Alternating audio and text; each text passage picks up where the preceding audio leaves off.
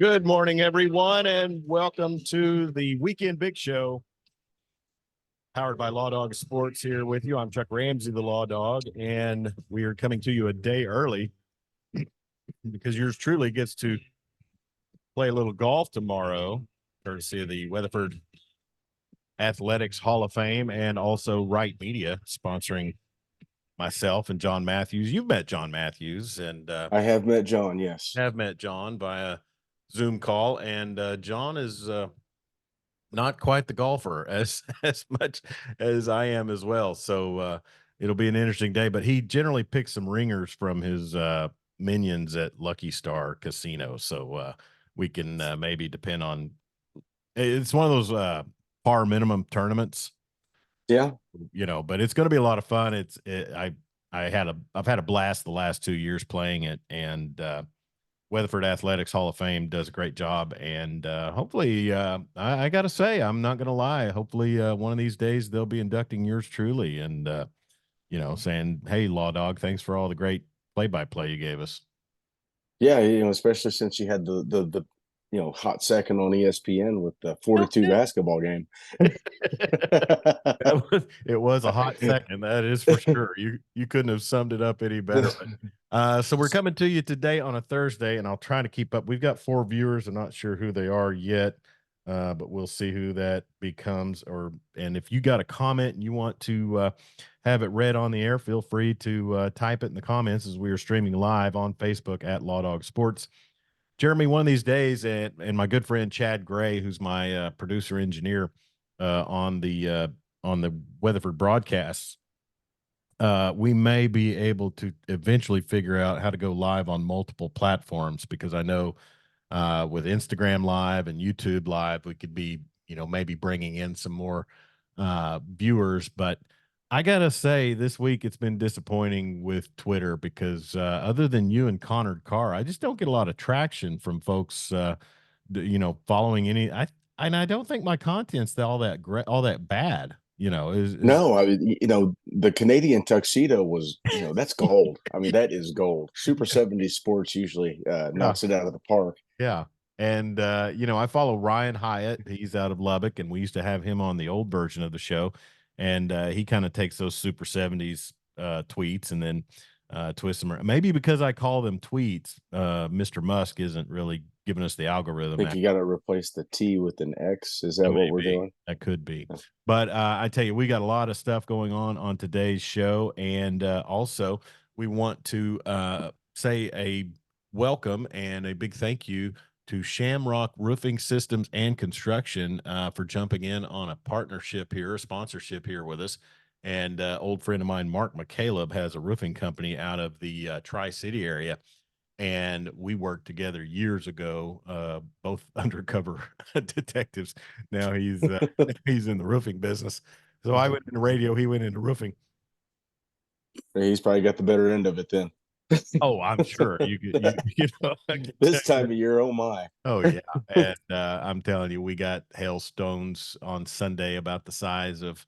I tell me this, and I haven't wanted to ask David Payne online because he never answers. But what there's, I would say, marble sized hail, and then ping pong or golf ball sized hail. What would be in between? Would it be There's baseball or grape, racquetball, beach ball sized hail? Volkswagen sized? Yeah. No, I mean, because there was some hail that fell, and I was like, well, that's bigger than a marble, at least the marbles I remember.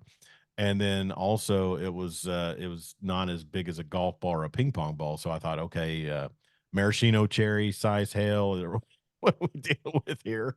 Yeah, just leave David Lane alone. He's got enough. He gets enough coverage. He wasn't even working Sunday night when everything was breaking loose. He was off to a graduation. It's like, you get paid for one thing, dude. Hey, Damon Lane was working. So it's funny you say that, because I trust Damon a lot more, even though he works for a TV station that their productions, similar. Oh, Kenny McGuire says quarter size hail. Oh, okay.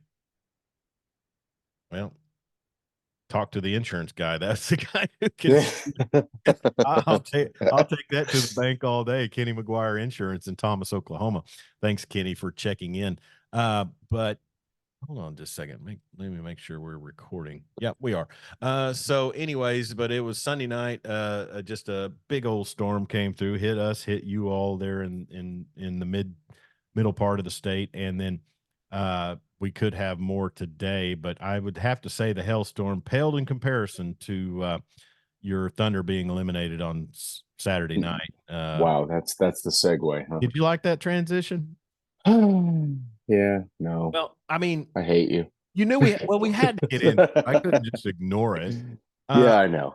But I mean, it's a heck of a season. You hate to see it end like that. You would love to have seen a game 7 in Oklahoma City and how that young team would respond.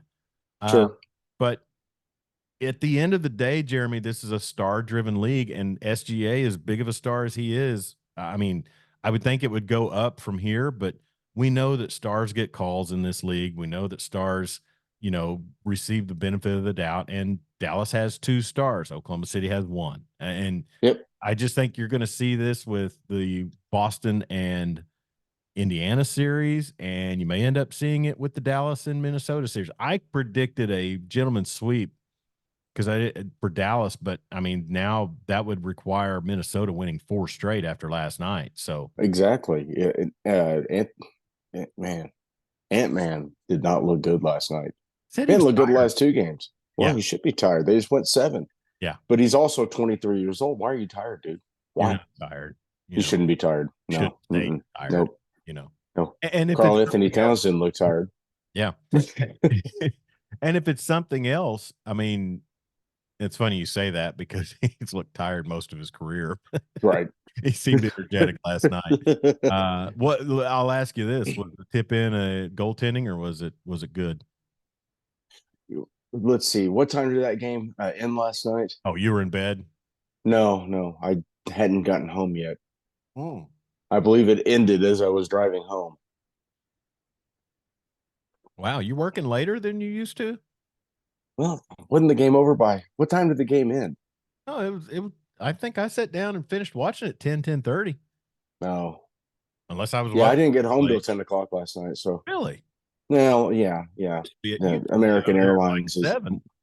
well, it was a whole thing last night. I got stuck. The whole thing. Well, the whole thing. So let's see. Dan Narva threw me a Charlie Huff knuckler today. Well, we'll have to ask John Moore about the Charlie Huff. Well, yeah. Oh man, Bob. Oh boy, what do you say? Best way to catch a knuckleball is just wait for it to stop rolling and pick it up. Well, I remember, and this is another wormhole. Here we go. Tim Wakefield, I think one of his catchers one time had like the most pass balls of all time. He just couldn't latch onto that knuckler. So it moves. Oh yeah, you were a catcher. Did you ever have to catch a knuckler? I've caught knucklers. I've thrown knucklers. It's probably that and the splitter are the 2 most awful pitches to try to catch because you don't know where it's going. If I remember right, the first pitcher I remember them really just going on and on about a guy's splitter was Shane Reynolds for the Astros back in the mid-90s. Clemens threw a splitter in the 80s. Who did? Clemens. Yeah, he did.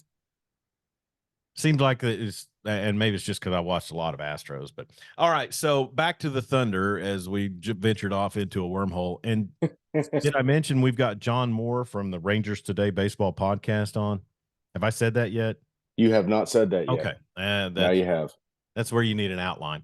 Anyways, we're going to talk Rangers baseball with John Moore, an old friend of the program, and used to be on with us on AM 1230 KSEY. And just does an outstanding podcast. I mean, you talk about a guy that went out and followed his passion and got it going. And he's in the DFW area. He got media credentials early on, and he's just turned that podcast into a big, big deal. And I would say probably would have to be considered the top Texas Rangers podcast out there. But it's the Rangers Today baseball podcast. Be sure and subscribe to their YouTube channel as well, and we'll share links to that later. But he's supposed to be coming up at 9:30. But back to the Thunder, Jeremy. Disappointment. I you know, you can look at calls, you can look at things, and it's just like last night's game. The goaltending they called on Carl Anthony Towns. If you're a T Wolves fan or you're against the Mavericks, it was good. It eventually in 5 seconds they said it was inside the cylinder and was goaltending. It might not have won the game for him. That's the thing. With the Thunder, that last foul call that they called on SGA. I mean, name me name me five other all stars or future Hall of Famers, as gets thrown around so frequently nowadays, that gets called on when you get all ball the first. None, Yeah, none, none. LeBron, Kyrie, none of the splash crew. Nobody gets that foul called. No, Luca doesn't even get that foul called. No. Yeah. So we said this before, and hopefully this is a little bit of salve for the wound that you feel for your Oklahoma City Thunder. But I've got a Spurs team that didn't even make the playoffs, so Well, Oklahoma City's 2 seasons ahead of where they should be right now. that's what I was getting at. And the thing about it is with this whole youth movement, and we'll get into maybe some of their moves with draft and free agency coming up. With this whole youth movement, I mean, you are ahead of schedule, but I mean, I kind of relate it to my experience with Weatherford basketball. They've been to the state tournament the last 3 seasons. There was a lot of pressure on them to win it this year because they felt like they were better than the team that's beat them the last 2 seasons in the finals. The first season, they were kind of on house money. They were several freshmen, got there without really being picked to get there. And we talk about windows all the time. And while that window's open, you want to be getting gold. I mean, that's the thing. And it's a series, it's a playoffs. Number one seed, obviously number one seed in the West was kind of a bouillabaisse of who can who can really advance. You like my bouillabaisse reference there. Bouillabaisse, yes. I haven't heard that one in a while. But you know what I'm saying. I mean, but from 1 to 5, obviously it could be anybody in the Western Conference Finals. Yeah, no doubt. And if you look at the top 5 seeds, they're what, a game apart? Yeah, Two games apart. exactly. Just I mean, the West is so tightly packed and so stacked. One through whatever. What did the Lakers finish? Doesn't they matter. They were suck. ninth, weren't they? Oh, ninth. So Eighth or don't. ninth. It hit. I was going to make a comment about seven outline. You should remove Wayman from behind you and build a conspiracy board behind you for the outline. Yeah. Get some yarn, Yeah. do that whole thing. Do the whole Carlitos way. Listen, Oklahoma City's only going to improve. They've got two guys that are potential all-stars. One of them's going to get the nod this year beside SGA, who was named first team all NBA. Three guys got votes for the all defensive team. Not a single one made it. Not even, Lugan Storch, who can put the cuffs on people. If you watch the game last night, Luka had 33 and Kyrie had 30. Name a game in the Oklahoma City series where either one of them did that. No, it was kind of pick your poison, and then Oklahoma City just kind of got beat down low. I mean, better role players. Yeah, and that's where it is. Thing, and we saw this in the Oklahoma City series, and we saw it last night. The Mavericks have found that balance to be able to utilize players and give them easy shots. Mm-hmm. I mean, obviously the corner three seems to be pretty easy for PJ Washington a lot. Well, if Luka's going to drive into the lane, you're going to collapse on him. Sure, somebody's going to be standing open, and he makes good decisions with the basketball. He's a good distributor, playmaker. Yeah. Same with Kyrie. Yeah. And that's the thing. After last night, it's interesting that Kyrie, they interviewed him on Inside the NBA after the game, and I guess he took Anthony Edwards a little personally, saying he's got Kyrie, after the Denver series, and okay, you got him. He went off for 30 plus. I mean, that's the thing. The Wolves, I was just totally surprised they came out of that series with Denver. I did not see them going into the ball center Well, and that's the thing. winning that series. We're so used to just the Wolves being not being bad. Yeah. They haven't been good since the big ticket was in town. It's just not. Once they got past when they got in the series with the Nuggets, yourself, myself included, that's it. It was a nice run, but they're done. Well, let's get Somehow deep. they Yeah. what? Let's get deep into this Thunder team. So Western Conference semifinals after a break from the playoffs for a bit. Um, Interesting article in the Daily Oklahoman. Justin Martinez covers the Thunder for the former Gaylord publication. Josh Giddey's exit interview. He is eligible for the rookie extension next season. He seemed to be doing a whole mea culpa. Is he trying just to Mm-hmm. win back fans? Is he said it used the word self-centered and worried internally.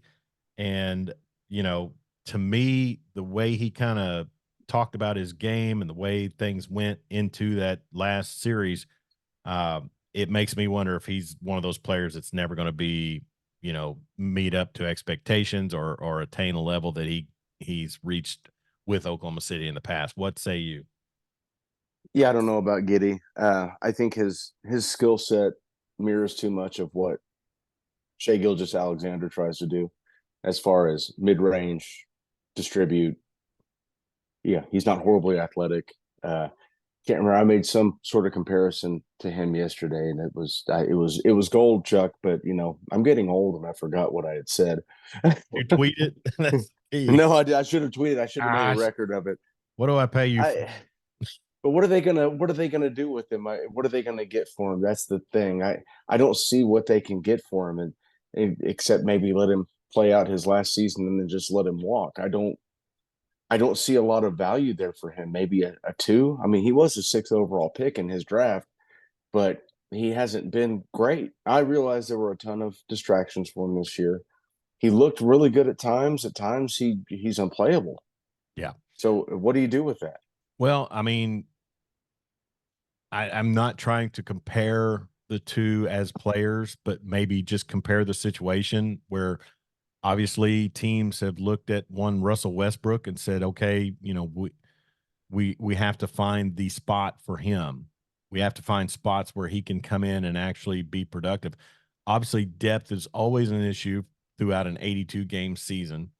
You're going to have him. I don't Oh know. no, I thought he was Is he a seventh and eighth man? I mean, he's a former lottery pick. leading the second unit. I think should be his niche Oh, because that's he what can I was come getting in. at. Yeah, I He just can come in. He can have the ball in his hands. He can distribute. He can play make. I mean, he's a great passer. yeah, You saw him in those tight games who was throwing the ball in. It wasn't anybody but him. yeah. He, Maybe he's got maybe Indiana would trade for him to get somebody who can throw the ball in. God. If the kid could shoot just a Well, little bit and better. that's the thing, Jeremy, is I don't, everybody's always on Presti's draft picks, and I know he was a project out of Australia, but I mean, shooting, this is a shooter's league. And Yeah, if you don't show a regular consistency to be able to knock down shots, I just don't see where you can land unless you're 7 foot. exactly. And that's because he drafted Cason Wallace, who's a good 3-and-D player. Lou Dort has, drastically improved his shooting. Not this last series, but overall for the season, he's a much better shooter. Yeah. Isaiah Joe they got for nothing because Philadelphia apparently couldn't use him, and the guy comes here and shoots 45% from three for the season. Well, But since I've stolen from Justin Martinez of the Oklahoman already, I'll just quote an article he put today.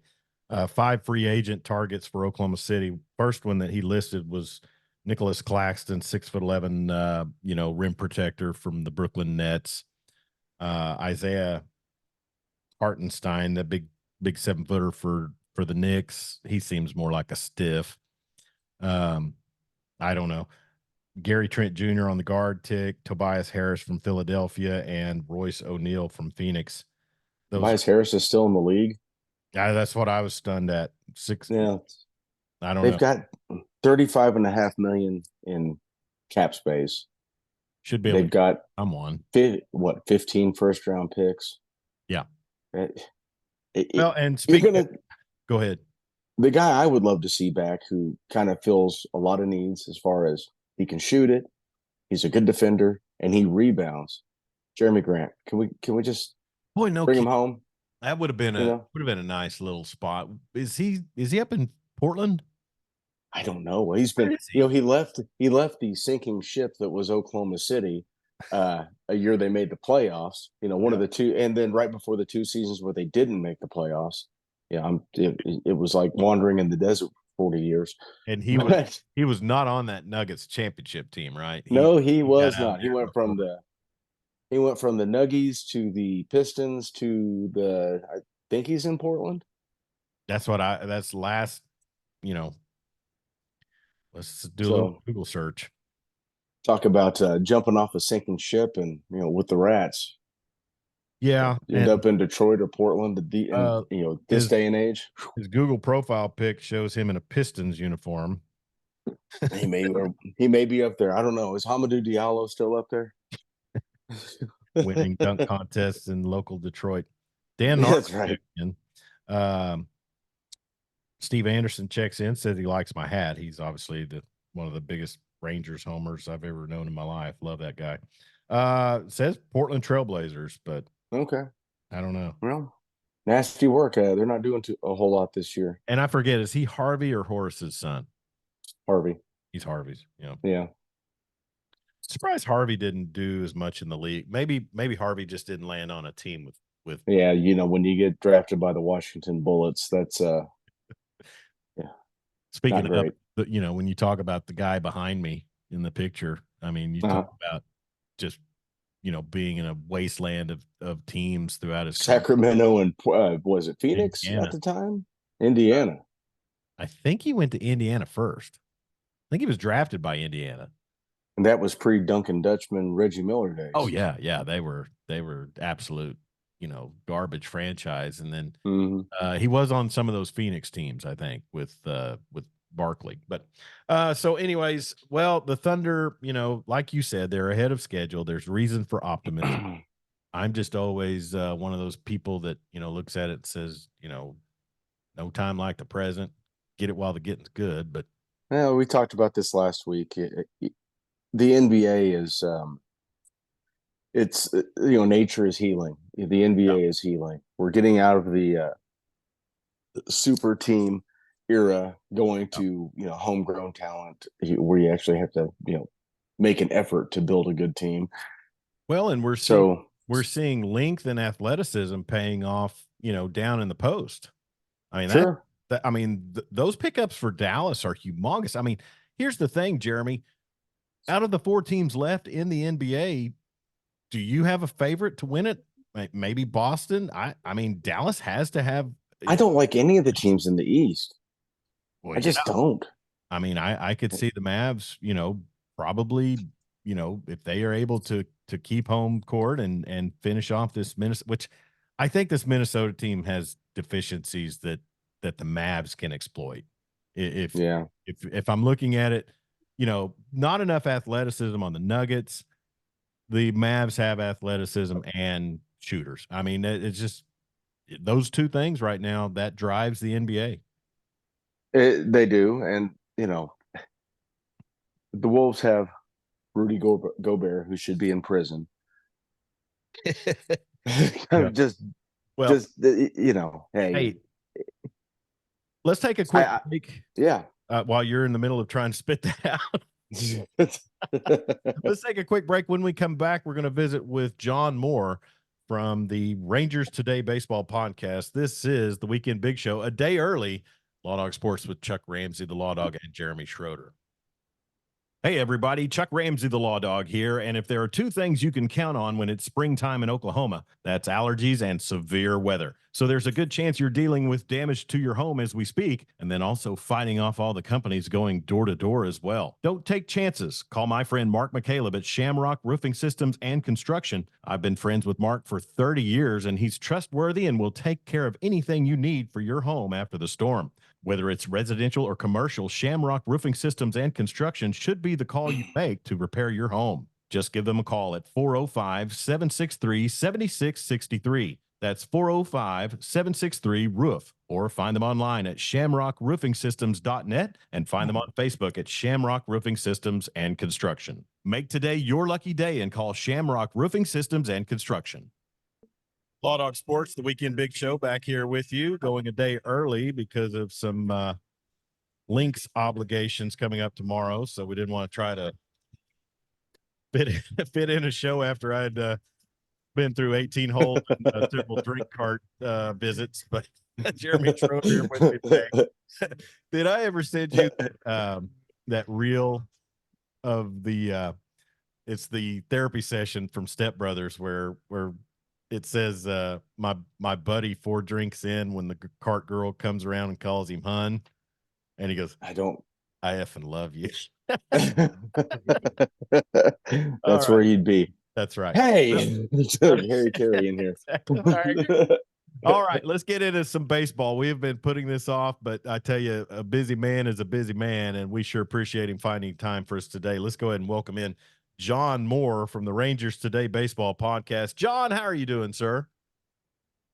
Good, guys. What's going on? It's good to talk to you, Chuck. I hadn't seen you in a while. I know it. We relaunched back in April, and I stepped away from full-time radio in Western Oklahoma, still doing play-by-play, but not doing the daily sportscast, and freed me up to kind of get back on track for this type of thing. But I tell you, I tell people all the time, you know, when we were first getting started on Sports Talk 1230 down in Seymour, which sadly is no longer, I cannot undersell, and I know Jeremy would back me up on this.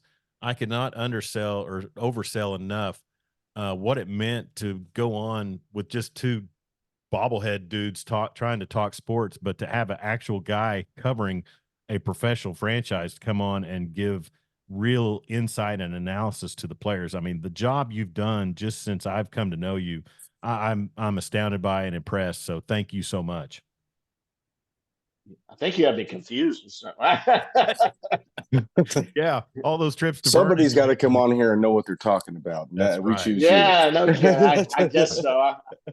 I guess I know what I'm talking about. There's a lot of people that probably think I don't. For a lot well, I tell you, I mean, what people don't realize, and we're gonna share it on our social media as well. And I know Rangers superfan Steve Anderson is probably checking in, and we've got some comments also. I'll try to get that going. But what people need to realize is your podcast, it's not just like our deal where we maybe get a great guest like you once in a blue moon. You had Ron Washington on there. You've had Bochy on there. I mean, good grief, you were running with the big dogs. Well, yeah. When you say I'm running with the big dogs, yeah. So, you know, for those that don't know, when I first started coming on here with Chuck, I was with Dallas Sports Nation, and I was running a little podcast back then, and I was credentialed. But I've since partnered up with Jeff Wilson, who's covered the Texas Rangers since 2008. He was there for the first World Series run before this last time. He started Rangers Today, and he was looking for a partner, and we partnered up together. And so believe me when I tell you that Jeff Wilson is the one with the contacts. I'll never forget when we decided to do this, and I left the place I was before, and that was on a Thursday. And we said we're going to do our first show on a Monday. And he said, okay, I got John Daniels. He's going to join us. I knew I had made a very good decision. Yeah. Yeah. Anytime JD's coming on, and, you know, back in those times, there was always plenty to talk about with JD. You know, yeah. like what are we going to do with Joey Gallo? That was always a pressing topic. Joey Gallo. Where is Joey Gallo these days? He's with the Twins, I think. No, he was with the Twins. Maybe with How the did we lose Giants. track of him, Chuck? Yeah, Yeah, he's in the big leagues. He is in the big leagues. I know that he's hit a few dingers. He's still hitting around 200 or below. It's with the And Nationals. the Nationals. Okay, yeah. I think he was with the Giants for a little bit. I know he was with Minnesota. Of course, the Yankees. That trade that went down, they probably hate that. Uh, hey, they probably hate that. But yeah. so for sure though that he's still in the league. Great guy though. Joey was always good, fun to talk to. Well, and that's the thing. I mean, I remember from back in the day is like, you got credentialed, and then next thing you know, you were getting content, you were interacting, and you were getting to know the players. And I mean, that's the advantage of being on site as well. And that's what makes, to me, It your is. cast just really a cut above everything else. We're going to get into some questions. We've already got one from Steve Anderson, as I mentioned, down southeastern Oklahoma, our Rangers super fan. But if you notice, I wore my T hat today. I do still have Astros hats in reserve, just from old memory's sake. But I did follow through with the divorce. I got the protective order against Altuve. But no, I gotta say, coming off of this, what an amazing season. I think we visited with you since the series. We did have a sporadic episode here and there, and it was so great to talk about that. But coming off of a World Series, it's always difficult, especially when you have injuries. And I just noticed today we were kind of doing some catch up. John Gray on the DL, and he's been really solid for the rotation. But talk about this pitching rotation and what they need to do going forward here in the month of May. They need to quit visiting doctors, is what they need to do. Let's be honest. I mean, this rotation is potential. If everyone gets healthy, I think people forgetting that Tyler Malley's on this team. He was pitching a bullpen the other day, but I mean, you've got DeGrom, Scherzer, Malley, now John Gray, who's been their best pitcher lately, who's going to the IL. I think that's a growing thing, probably more precautionary than anything. In fact, they held off putting him on the IL because they were going to see how he felt the next couple of days. He was supposedly going to start Sunday. So I guess maybe I didn't see if he is going on the IL. That means they're probably going to skip his turn just for sake of, you know what? I mean, look, you got to try to hang around right now. The injuries are killing them. Josh Young being out of this lineup certainly hurts. No offense to Smith, to Josh, who's come in and done a wonderful job. In fact, he's probably who I've taken a lot of heat over. He's probably a better defender overall than Young, but he's not Josh Young. Josh Young is an all-star third baseman. Yeah. And so, the team is just not healthy, and you're depending on kids to come up. I mean, everybody in the world was all excited. Evan Carter and Wyatt Langford were going to come up here after what Carter did on that stretch run into the World Series and what he did in the playoffs. And when I even dared to mention that, if Carter regresses just a little bit and, probably hits 15 to 20 home runs and maybe only hits 250, you'd have thought I said, that he was a bust in the draft or whatever. And I was like, guys, he's only played a month in the big leagues. They're going to get advanced scouting on him. They're going to write a book on him. Pitchers are going to approach how they need to approach him. It's going to change a lot of things, and he'll have to make the adjustment. He's only 21, 22 years old. Well, as Jeremy can attest with his Thunder, you don't give 22-year-olds a pass. They're professionals. No. Well, they're going to find that Ruben Mateo hole, and he may never be the same. Oh gosh. Yeah, exactly. Well, exactly. That's the thing is as you mentioned, you went into the season knowing you had pitchers that you needed to get healthy. I did see that. Right. Dane Dunning's coming back. Yeah, he made the start last night. I think they had him on a pitch count. I wasn't out there. I'm doing a new workout thing, and so the game was already 4 or 5 innings in when I got out of it. But him coming out with 68 pitches, something like that. I'm assuming they had him on a pitch count, and you don't want to come back and throw 100 pitches. I mean, it looked okay. I went back and saw some of the highlights. But it's a rotator cuff thing. That's something you can't screw around with either. I think he's fine though. They would have never brought him back if he wasn't feeling fine. It was probably more precautionary again for him when he went on. We're visiting with John Moore from the Rangers Today Baseball Podcast, the premier expert talking about Rangers baseball. I promise you, you tune into that podcast, you're going to be entertained and you're going to come away with a lot of great Rangers information. A question from Facebook for you, John, from Steve Anderson, as I mentioned.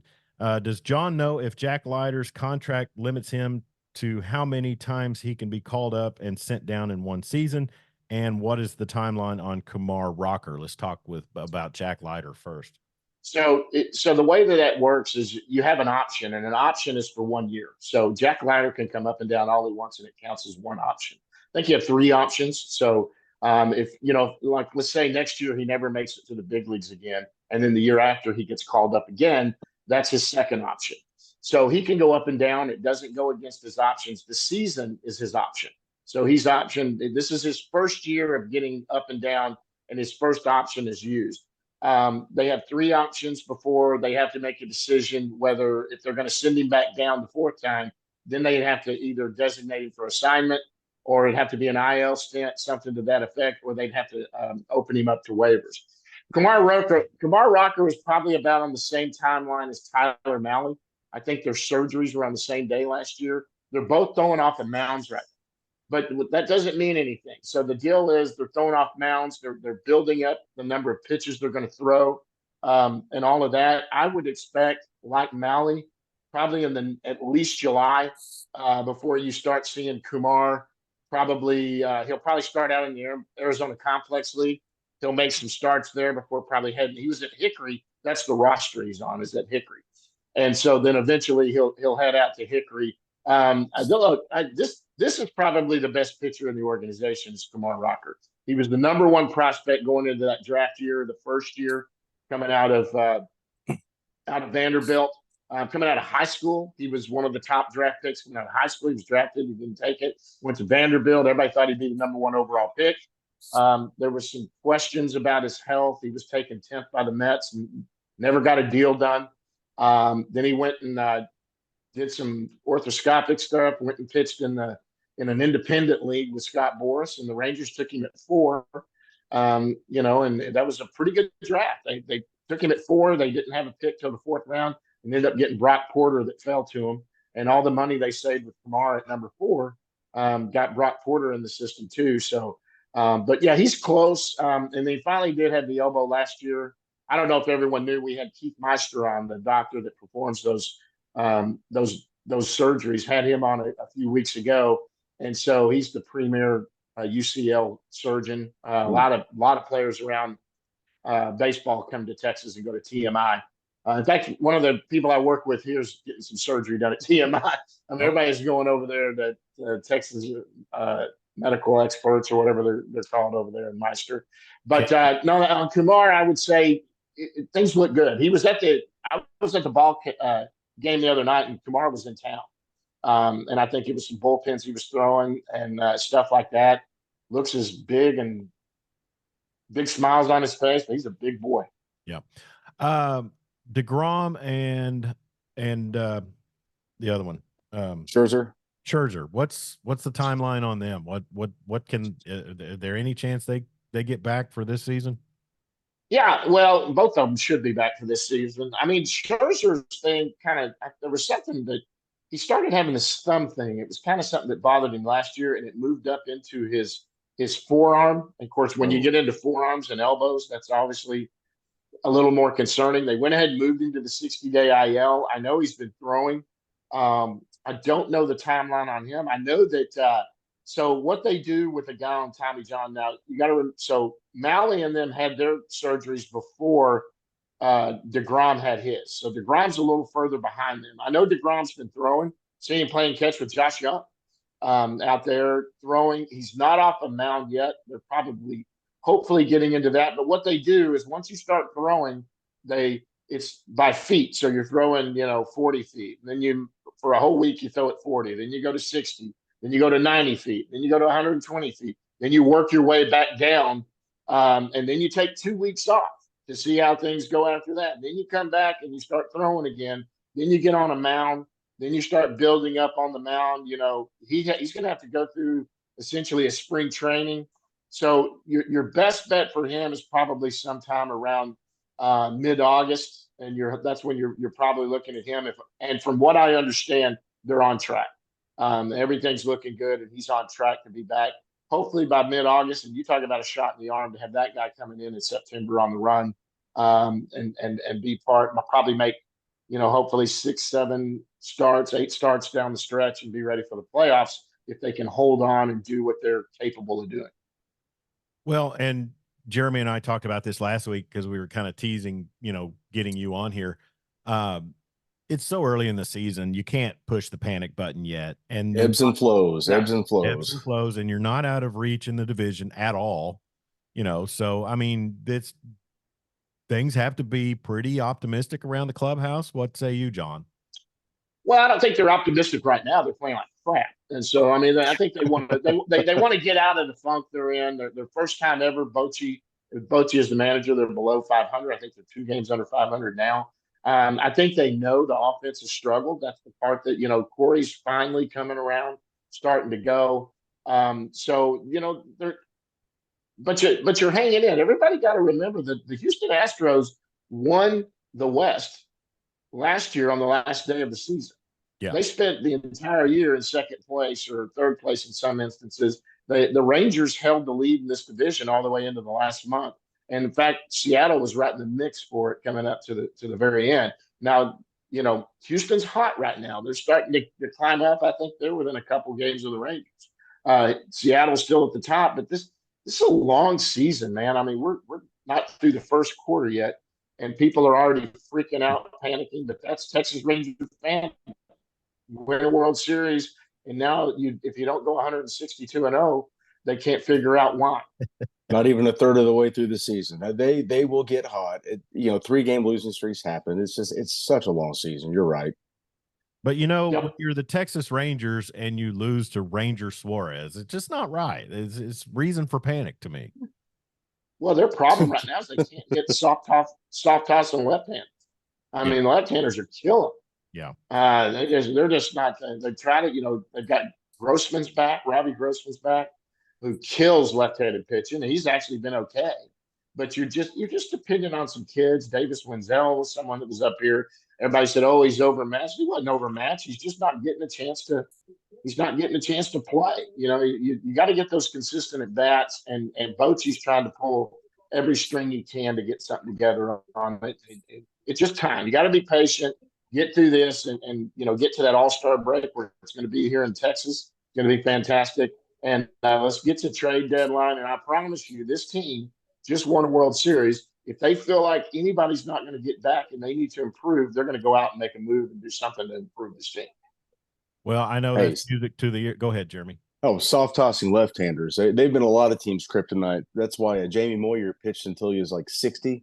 And I think us talking about him right now, his agent just called a major league team to try to get a workout. He's pulling the Rangers probably called him. I mean, yeah, that was what guy. I think he topped out at 81, 82. Oh yeah. I was talking to Mike Bassick, is a friend that I know. He was a soft tossing lefty, played in the big leagues for a while. And I always talked to Mike. I used to umpire Mike when he was a little kid. He grew up in Duncanville, where I grew up, so what Mike always tells you, he threw about 84 to 86 was his fastball when he was playing. He said, I could have thrown 91, 92, 95, but he said, I had no control over it. I didn't know where it was going. He goes, it's all about changing speeds and keeping hitters off balance. And that's what Mike did. And so they're right now, they're killing the Rangers. You just got to, the Rangers would last year, the offense kept them in everything. This year, the offense, the starting pitching has been great, even with the injuries. The middle of the bullpen right now is struggling. You've got 2 guys at the back end that are, in Robinson and Yates, that seem to be shutting the doors. It sucks. They're missing Spores right now. Leclerc is Leclerc. He'll go out and look like he's a closer that deserves $20 million, and then the next day it looks like he can't throw a ball over the plate. Yeah. So they're just inconsistent in the middle of that bullpen. We're visiting with John Moore from the Rangers Today Baseball podcast here on the Weekend Big Show, a day early, as I mentioned. And the Rangers are 24-26 and in second place in the American League West right now, and not that far behind the Seattle Mariners, who are in first. I think, a game or 3 games back. 3 games. So, John at Arlington at the old, or I guess are they at the new stadium or are they at the old stadium for the Big 12 tournament? Big 12 tournaments in the new stadium. The old Okay. stadium, you can't play baseball there anymore. Okay. They put those stands. The stands go down almost to the edge of the infield for the football. It's cavernous looking there for the attendance purposes of the Big 12 baseball championship, but Oklahoma got a win yesterday. OSU got a win, and Texas was eliminated. But I got to say, the atrocity of some of those hot dogs they displayed out from the league, the Schooner dog and the TCU Horn Frog dog. Are there any players there that you know that I mean, I know Ranger scouts are scouting all the time, but anybody in particular in this Big 12 tournament that you can think that they're looking at? I think up and down the Big 12, there's probably people that are getting looked at for sure. Your area scout here is probably camped out there looking at. I'm sure there are people there. The Rangers have a late pick. I think they're the 30th pick or whatever it is. Seeing how they're the defending world champions, they didn't sign anybody to give up any of their other picks, so they're going to have a pick every round. So it'll be interesting to see who falls to them. You know, they've been picking at the top of the draft last couple of years, and now this may be a year that somebody that's supposed to go early may fall to them. They've they've lately been going with college players that are a little more advanced than high school players. Some athletic toolsy high school kid falls to him. Maybe they'll go in and snatch him up before he takes his commitment to Vanderbilt or wherever he's supposed to go. I have no. I'll get into it, dive into it more when we get closer to the draft. Sure. I just know that scouts and front office hate that it's all on the same weekend now. The All Star and the draft, and they used to get these things over with in June, and they were over with, and you could get your kids onboarded and get them into the ACL and playing. You know, last year they drafted Wyatt Langford late, and he came in. He played that last month in Frisco and Round Rock, and everybody just expected, because he did so well. He hit like 10 home runs over the month and hit about 350. They thought, okay, well, he's going to come in, start the year. He's going to hit 30 home runs. And I was like, guys, this is major league pitching. This is a guy that's coming from college. Let the kid, let him advance. If he doesn't make this team, it's not the end of the world. Of course, he did. And now everybody's wondering maybe what's wrong? Why isn't he? It's because he's a 22-year-old kid who hadn't had a lot of time in the big leagues. He's potentially a superstar, and I think he will be. And he's had some bad luck. I mean, the strike zone is, tend to be a little bit bigger for him. He keeps getting those outside pitches called strikes, but yeah. I'm going to throw this out there, and a kid that's committed to Oklahoma State, and I've called several of his games out here in Western Oklahoma, Cash Mayfield, senior at Elk City High School this season. I've seen mock drafts of him as going as high as 10th in the draft and some falling to the second round. So I would think if you look at the median average of draft pick status, that would be somewhere in the range. Is he a pitcher?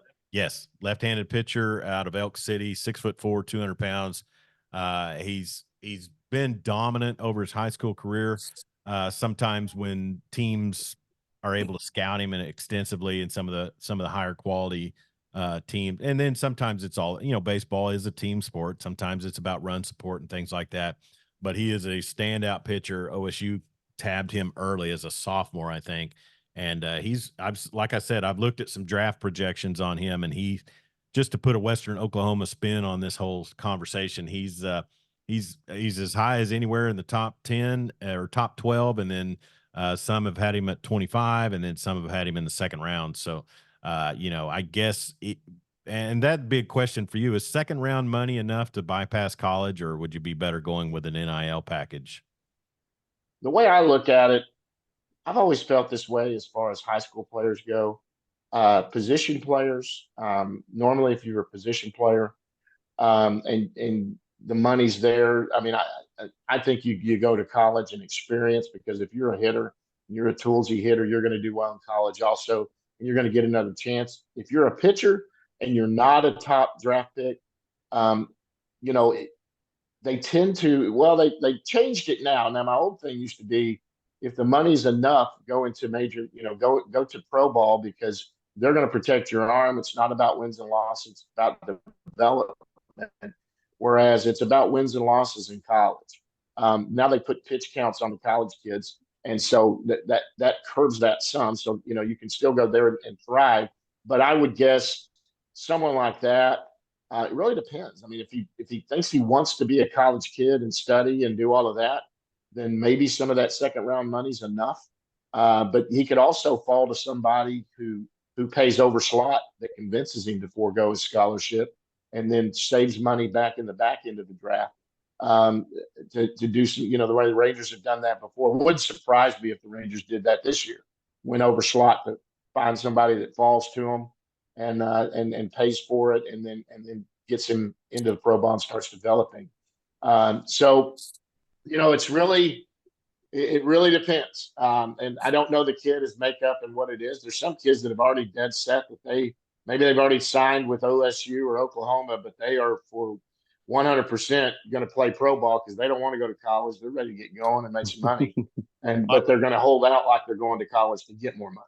I called an all-star game, or I did a PA announcing for an all-star game last week, and I was told, and this isn't confirmed, this is just what was told, but apparently he was he was selected for the all-star game and then was told by his agent, don't pitch in it. So I don't know, what that means as far as nowadays. That it could just be. Well, he probably doesn't officially have an agent, or he can't play in college, but he's probably got an advisor. Yeah, exactly. And one of those advisors is probably telling him, don't go to that and throw your arm out. It could have been dad too. I mean, for all I know, like I said, that was unconfirmed. But MLB.com does have him ranked as the 27th ranked prospect in on their list of prospect rankings. So I mean, that's why I ask you the tough questions. Is what's the drawbacks and what's the and you've answered it very well. That's why we pay you the big bucks to appear. So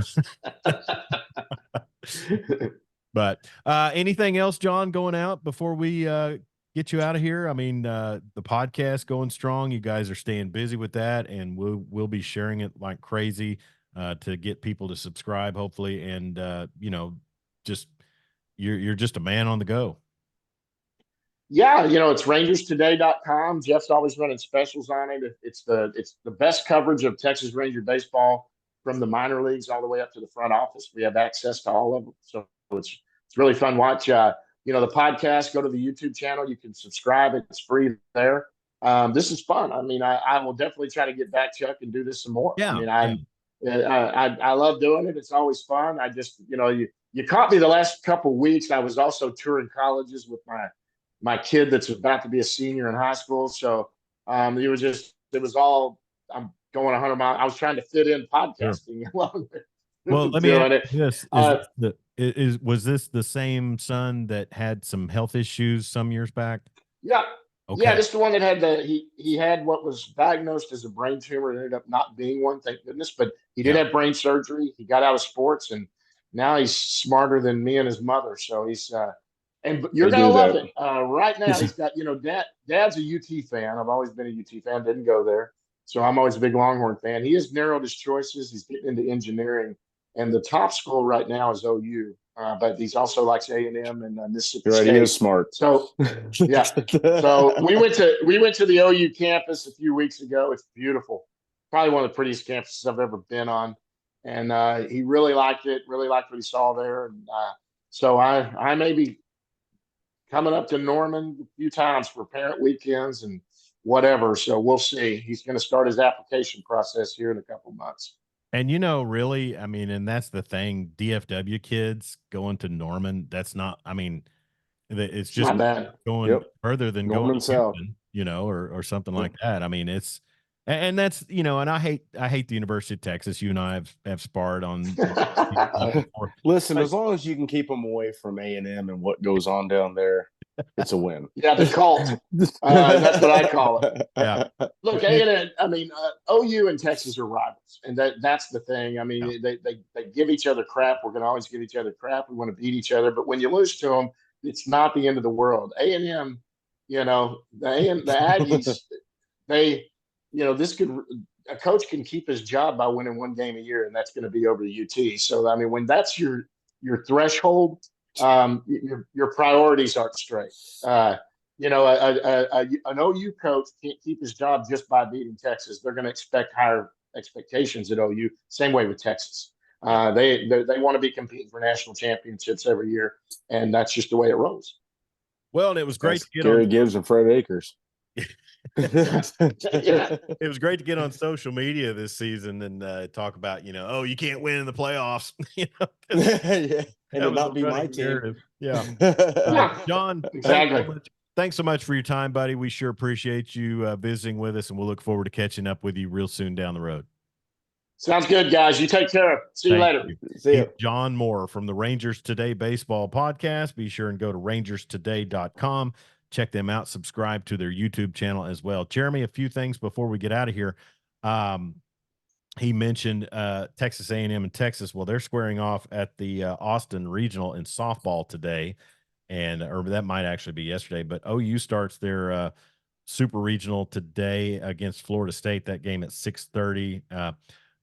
Just for people in Western Oklahoma, be sure that you realize you can tune in to 97.3 The Score, powered by Right Radio, and then also KCLIAM.com to listen to any of the OU softball and baseball if you want to hear the call from Chris Plank or Toby Rowland. And then also OSU baseball takes on UCF today at 7:30. Both of them won their games yesterday. The Sooners beat TCU 4-0. That was a complete game. Their outstanding job by the Sooners. And then OSU won 7-2 versus Texas Tech. And as we mentioned earlier in the program, Texas got bounced yesterday by Cincinnati 8-7. They had lost to Tech on Tuesday, so 2-0 for the Longhorns. And then softball, OSU is hosting Arizona in their Super Regional in Stillwater, and then Florida State at Norman, and then Texas. UT at Austin is hosting Texas A&M in their Super Regional. So a lot of sports going on and stuff, Jeremy. So it's just pretty amazing. But I tell you, it's just stunning how it turns out when you have somebody on that really knows their stuff. I know, right? So many times when we're on here, I'm just like, God, I just sound like a blabbering idiot. You generally keep up with everything pretty well, but I'm just kind of like, but it's just one of those things where, man, John has always been a great contributor to this program, and and then on top of that, not just knowing Rangers baseball, but knowing baseball in general, it just really goes a long ways. So, well, the fact that he gets to talk to people that are smarter than us and probably more knowledgeable about it than even he is. Sure. On the regular, it's just us over here. Yeah. Hey, prospect. I like sports. Yeah. Can do something in sports. Yeah. One prospect that I noticed coming out of high school, he's committed to LSU. He's from Saguaro, Arizona. Cam Caminiti. He's the nephew of Ken Caminiti, and he's nice. Top 20 prospect. So, but Chuck, no matter how bad you feel right now, just realize that on Skip Bayless's show Undefeated, there are 3 national sportscasters engaging in a hyperbolic conversation that Luka and Kyrie are the greatest offensive backcourt in NBA history. Oh, wow. Yeah. See, you have it on with volume. I've been sitting here watching Stephen A. Smith's head bobble, left. Well, I'm just reading the caption at the bottom. Oh, okay. Did you see that Cleveland let go Bickerstaff, their head coach? I did see that while we were talking to John. Yeah. That's boy, that's tough. He should thank his lucky stars today. I mean, yeah, get out of Cleveland. He's not going to have to coach LeBron next year. Oh, there you go. Thank you. So he got another one fired. Apparently, Bronny. That's 10. apparently, Bronny has truly impressed at the combine so much that he's a mid-second round level target. So here's how this is going to work. They're going to find a LeBron minion to coach the Cavaliers. That's going to happen in the next couple of days. And then the rest of it will just fall into place like we don't know what's happening. Well, I mean, and that's the thing. People are in such denial. When he showed up on his off time to the Cavs game.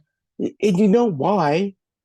They told He us. can't win in the West. No. The West is too good. He can win in the East. Mm-hmm. And for Just him, like when he was is a it? rookie. Do you think he's got banners flying in his house that show his finals appearances? Probably finals appearance. Yeah, I mean, he's lost what 10 finals. What? Yeah, Something like that. you came out of a watered down East every single season where you didn't need a great team. It was him and what Zildrunas Ilgauskas and what Yeah, was who else was on that team? you Eric know, Snow. I was trying to remember if Anton Jameson was on that finals team. He was on one of them, Yeah, he was and on some team. one year he had a corpse masquerading as Shaq on his team. Was Kendrick Perkins on some of those Cavs teams? Like that might have been. He was on the one that won the title. Yeah, okay. Man, Tim Legler looks awful. Yeah. I mean, Well, he needs to get out of the tanning booth. yep. He looks He's got like that weird old man purple tan. well, that yeah, he's just like way too brown. His hair's too black, and his suit's too white. He's a walking contrast. No, Paul Pierce looks like a pool table on Undisputed. He's wearing a green suit, green shirt. I gotta say, Jeremy, he's unbearable. He is. I can't watch him. I haven't watched a minute of Undisputed. In I will say about Skip, I don't like watching him, but he does support his home state teams. I saw an article said he's not close with his brother. I mean, you got a brother that can cook Mexican food like that guy. My gosh, you're gonna be a staple in my household. Oh, no kidding. Yeah, Rick Yeah. Bayless. Yeah, Rick Bayless. Okay. I didn't read the article. It was clickbait, but Oh, well, that's true. good job. I mean, because as well as you are, your beloved bride is from the southern hemisphere of here. You tap into some good grub, from the tropical areas or anything like that. You're cooking with oil. Yeah, you put up with the all the other stuff. Put up with the potential slicing. Yes. They were a I'll stay in the other room. They were a sacrificial people, all up and down the Eastern Hemisphere. Lady Bulldogs of Southwestern Oklahoma State University they finished the second round of the NCAA Division II championships, and I believe that it looks like they were climbed up to 17th, I think. And that's the thing, Jeremy, is with sports, and particularly people undersell Division II athletics, and being privy to SWASU out here, I'm stunned at some of the prowess that the athletes show, and the skill and talent, and it just tells you that divide between Division II and FCS and Power Five is can be pretty slim. And it's not that much. Maybe one double. What is it? FCS now? Football championship. Yeah, so if you're going from top to bottom, there's Power Five, and then there's Group of Five, and then there's FCS, right? And FCS, and then Division II, D2, and D3, and then NAI is in there somewhere. Yeah. But I mean, if you watch a Division II basketball game, other than the fact some of the not as many 6'10", 7-foot guys, it's probably you will see a 6'3" center in D2. You will, yeah, 6'5", power forward, stuff like that. But Dennis Rodman was a D2 player. Southeastern State Savages. That now they're the Savage in Durant. Political correctness, but of course, what's funny is he was an offensive guru. I mean, he scored at will in the NAI. Yeah. Well, yeah. I mean, he was a good NBA player. What was he going to do to a bunch of guys that are going to be playing at the Y the rest of their lives? Exactly. But big shout out to the Lady Bulldogs of Southwestern Oklahoma State University, as I think they're beginning the third round today, and that is at Orange County National in Winter Garden, Florida. Wow. Who was the kid that played at UCO that ended up in the NBA? You remember that? I was thinking of a kid from UCO that ended up in the NFL, Joe Aska. I'm thinking Eddie. Oh my gosh, I want to say he had a hot minute with the Lakers. You lost me. Yeah, Oh, okay. Sorry. That's all right. I mean, find it. Feel free to roll it out I'll there. find it. Okay. Well, I tell you what, let's go ahead and get out of here real quick. And Eddie Robinson. Eddie Robinson, Yep. all those Not the the coach. Grambling. Yeah, all those Wednesday. He played from 2000 to 2004, and I don't see his points per game on here. Okay. Anyways, yeah, he played for a little bit in the NBA. Nice. Yeah. All right. Well, it's time to get out of here, Jeremy. And All right. man, want to thank John Moore from the Rangers Today Baseball Podcast. And if you want to go back and watch this, it will be on our YouTube page, our SoundCloud page. We're on Spotify, which used to be Anchor FM. We're on Amazon Music. I'm trying to get it everywhere I can, but just search the Law Dog Sports Podcast, and it's under the Weekend Big Show as well. So, plans on the weekend, Jeremy? Nothing right now. We'll see what happens. Watch some softball later. I guess Thursday you can't really. Are you off today or are you working? I'm off today. No, I go back Sunday. Yeah. Okay. Well, that'll work out. All right. He's Jeremy Sure. Schroeder. I'm Chuck Ramsey, the Law Dog. Be sure and subscribe to our YouTube page and also follow us on Facebook, Twitter, and Instagram at Law Dog Sports. Have a great weekend. Be safe out there. Don't text and drive, and sure don't drink and drive. We'll talk to you next week. Yeah, you're going to be cart path only tomorrow morning. Do you hear me?